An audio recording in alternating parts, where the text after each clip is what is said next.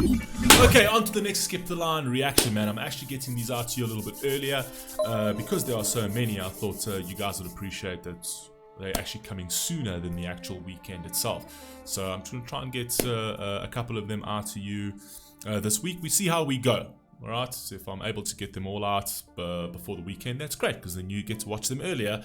And if not, so I'll drop whatever's left on the weekend, but my intention is to get them out to you a little bit earlier. Also to say thank you for the support and for supporting the Sphere and the channel and everything, and that's fantastic.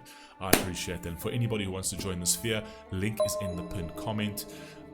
You can join the Fable community, which is completely, absolutely free, and you can chat to me and everybody else in the Cucumber Squad, and you can interact with the in the Dimash groups and all those kind of things. It's actually awesome.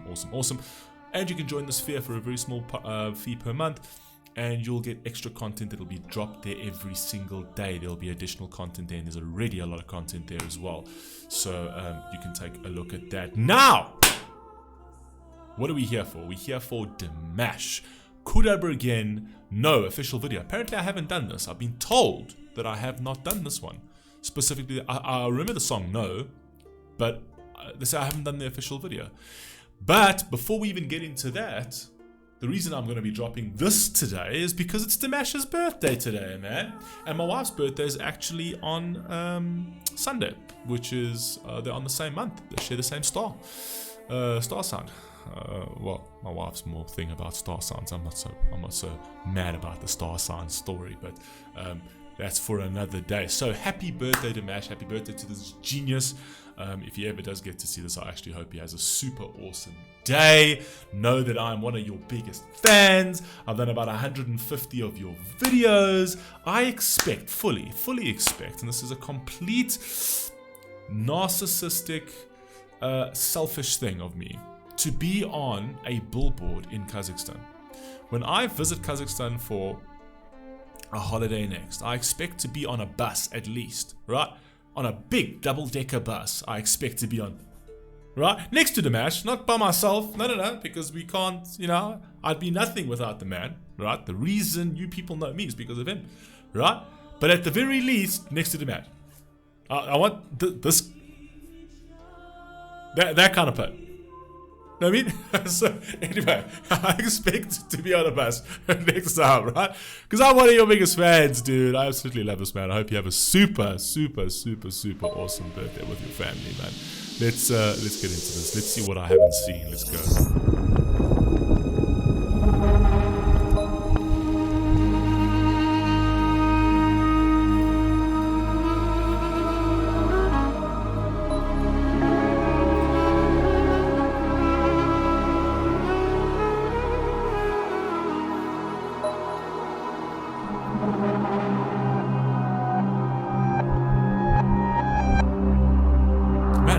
Seen this?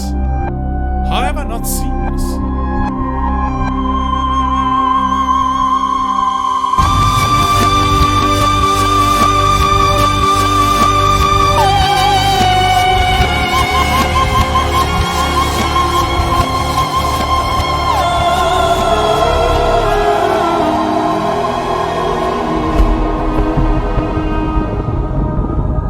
Powerful words, man. Hey, the G, bro. And he's dressed suave there. Wait a second, he's dressed suave though, hey? Take a look at that see-through top. But it works well with that Steve Jobs turtleneck that he's got over there. I mean, nah, he looks suave over here. Nah, I ain't gonna front, man. He looks suave. Powerful words of there. Man, woman, love, infinity. Amazing. All those words work together perfectly. Let's go. He looks good there, eh? Good man. Polished up.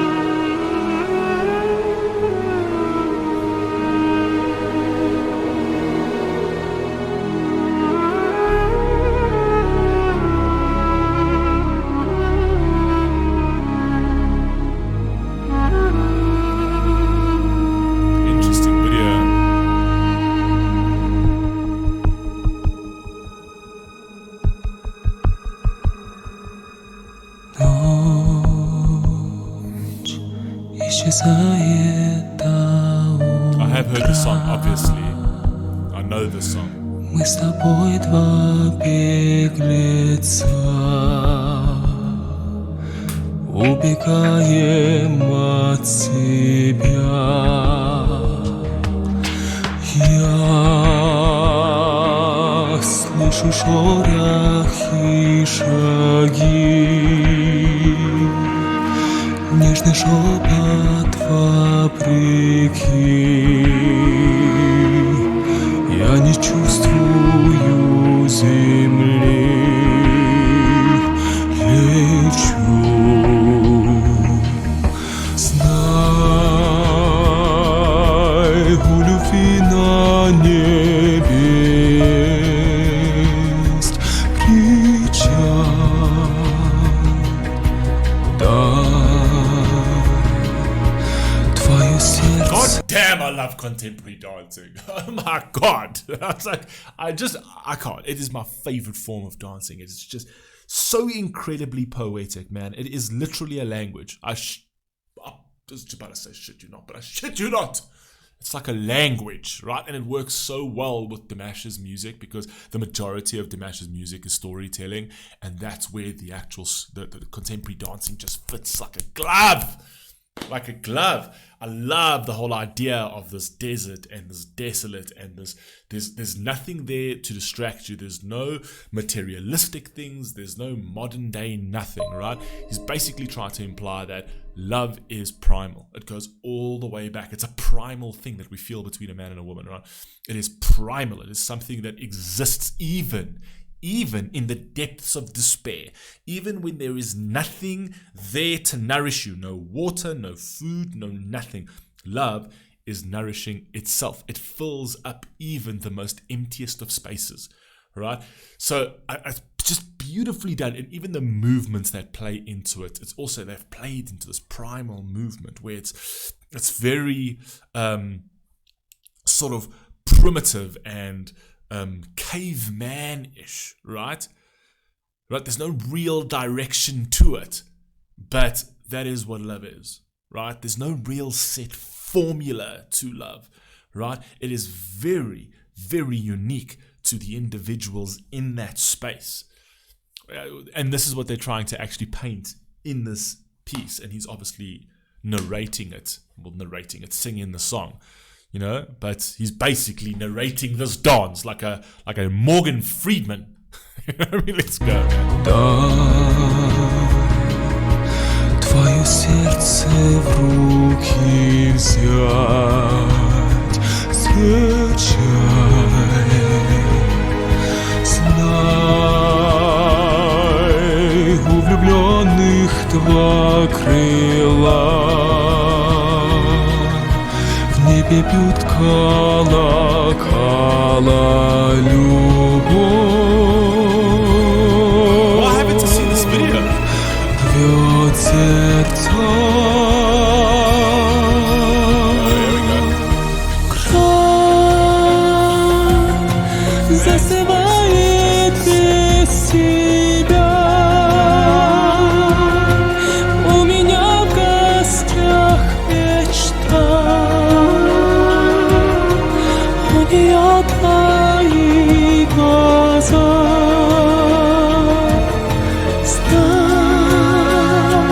Look at the way. It's just okay. Look at the way they're moving, and look at where they are, right, in nature, right. This whole thing is like a depiction of love being one of the forces of nature. You can almost put it as one of the powerful elements: wind, earth, fire, and water, right? The waterfalls represents that. The rainbow, the light arc that's being created off the water over there sort of represents the beauty. It represents a beautiful phenomenon that's created by the forces of nature, the most powerful forces of nature, the unshakable forces of nature, right? And the movements that these dancers are carrying out, this entanglement, right, of the forces of nature, is what makes this so beautiful. It is the rigidity of the rocks behind them, right? Earth, which is stone, which is rock, right? The rigidity of that, and then the fluid, gentle caressing of water, right? That is what makes up love.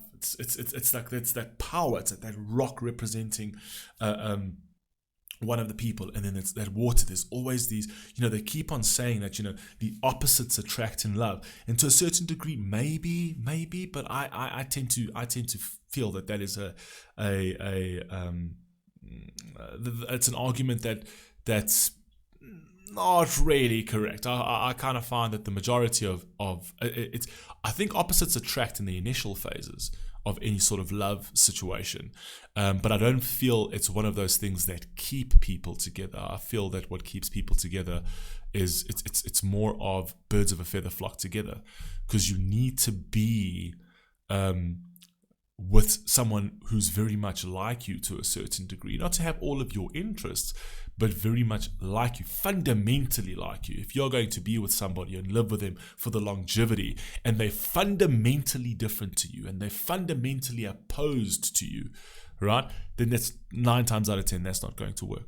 So I think in the initial phases, yes, I find that, opposites do attract because it's intriguing. But I feel for the longevity, if it's going to stand the test of time, right, like nature does, it's really birds of a feather. And the representation of man being with woman, right, being with a woman is exactly that, right? It's forces of nature. Some may collide, and this may work. That's the beautiful, powerful thing about love, is that sometimes when it comes, it collides and it's absolute chaos, and it eventually dissipates like a tornado, right? That's sometimes how relationships can be. Or it can just consistently flow when it really connects, and it can stand the test of time, and it can flow forever, right? It doesn't mean that there's not love in both aspects. There is love in both aspects, but sometimes love can be a factor, but with some people, the forces are just too destructive, right? It's too much of a perfect storm, and it ends up sort of tearing itself from within, right? And then other times is that, and it doesn't mean that it ends there, because, there's always somewhere else that you can go. It never ends. There's a continuity to it, right? And I feel that that's what's being depicted in the dance moves itself. It's beautiful. Let's go. Мои чувства бьют набат. Я ищу горящий взгляд. Невозможно описать твой взгляд. Знай, о любви на небе есть причал.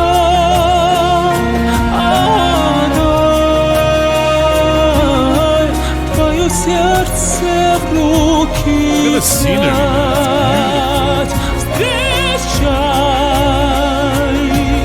знай, у влюбленных два крыла, в небе бьют колокола, любовь рвет сердца.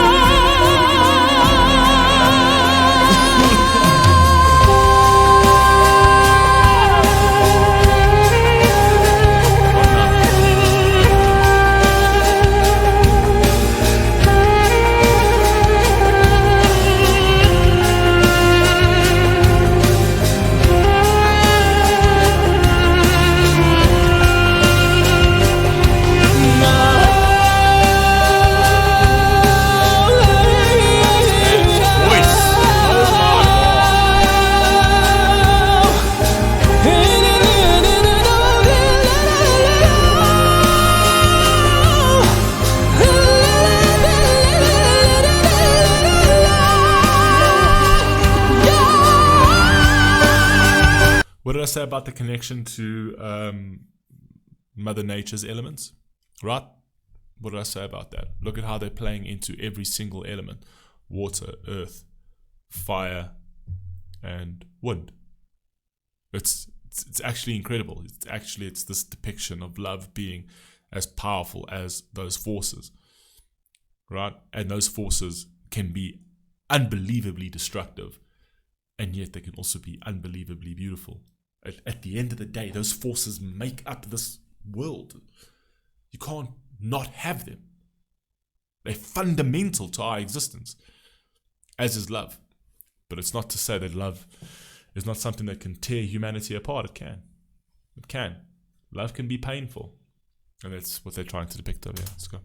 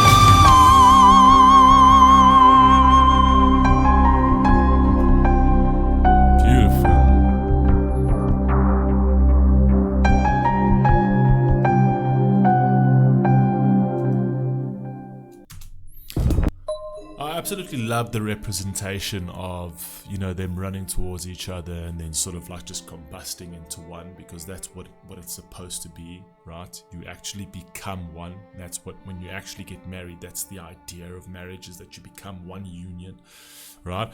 So that representation is absolutely awesome. And then also after that, they kind of show that once you do that, right, there's still a responsibility in society, and there's a responsibility in your role, essentially. And the woman that's propped up on his shoulders, like he lifts her up as if she is the important one. She's the one that is above me. I am nothing without her, right? Therefore, it's my responsibility to carry her. It's my responsibility to care for her. It's my responsibility to protect her, right? And she will nurture me in every way possible. But it is a give and take, and love is you being in service to one another. And I know that in this new secular world, it sounds like such a foreign concept, right? But being in love with somebody and being in a relationship with someone means that you serve each other. That's the way it works. I am in service to you and you are in service to me. Right? And this responsibility it surpasses us as people. It surpasses just me and you. I'm not in this purely for my own happiness. I'm in this for the union, because through that something else will grow, something beautiful will grow. The next generation will spawn and will sprout from that. Your responsibility in your relationship, your responsibility in your marriage life is far, far beyond your own happiness.